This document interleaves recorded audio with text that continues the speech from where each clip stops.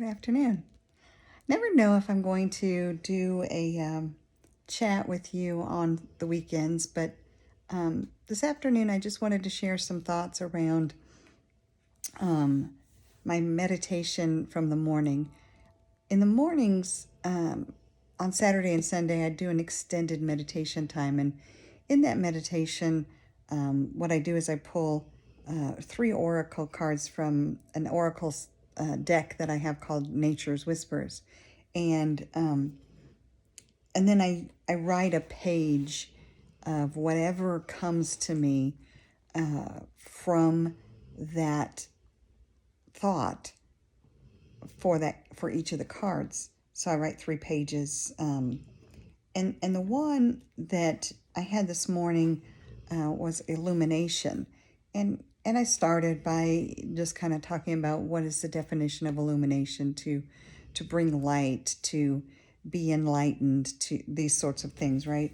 I talked about the difference between those of us who've been awakened and how we are asked to share the light that we have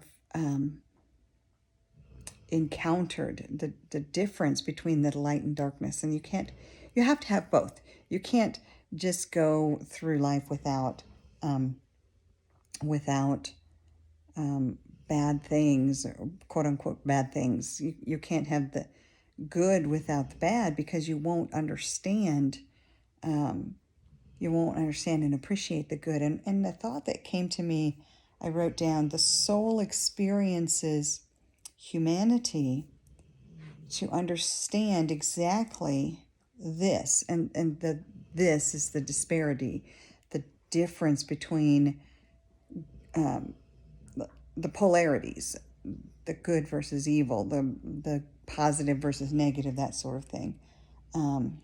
This polarity. In this way, the soul can appreciate more adequately the beauty of the spirit realm.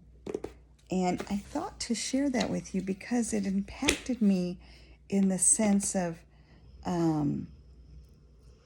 as a soul being, we come to this planet for many purposes. And but amongst them is this concept of, you hear people say, well, we're here to learn how to love one another. And or to understand unconditional love. And I would argue that as spiritual beings, we already know what unconditional love is. We come from unconditional love to this planet, to Earth, in these human containers, and we live in this polarity of lack of love or fear and love, and we're learning not how to have unconditional love specifically because we come from that. We understand unconditional love. We know unconditional love. We come here to understand the other side of that, to experience the human experience, to literally to experience the fear, the hatred, the anger, the frustration, and to learn how to balance that, to have these emotions, to experience the experience of these emotions without becoming a being that lacks love, that lacks empathy, that lacks the ability to care about one another. And I think that we can all think of individuals in our lives and even ourselves when we've gone there where you have not been loved. You have not given two craps one way or the other about somebody else and their experience.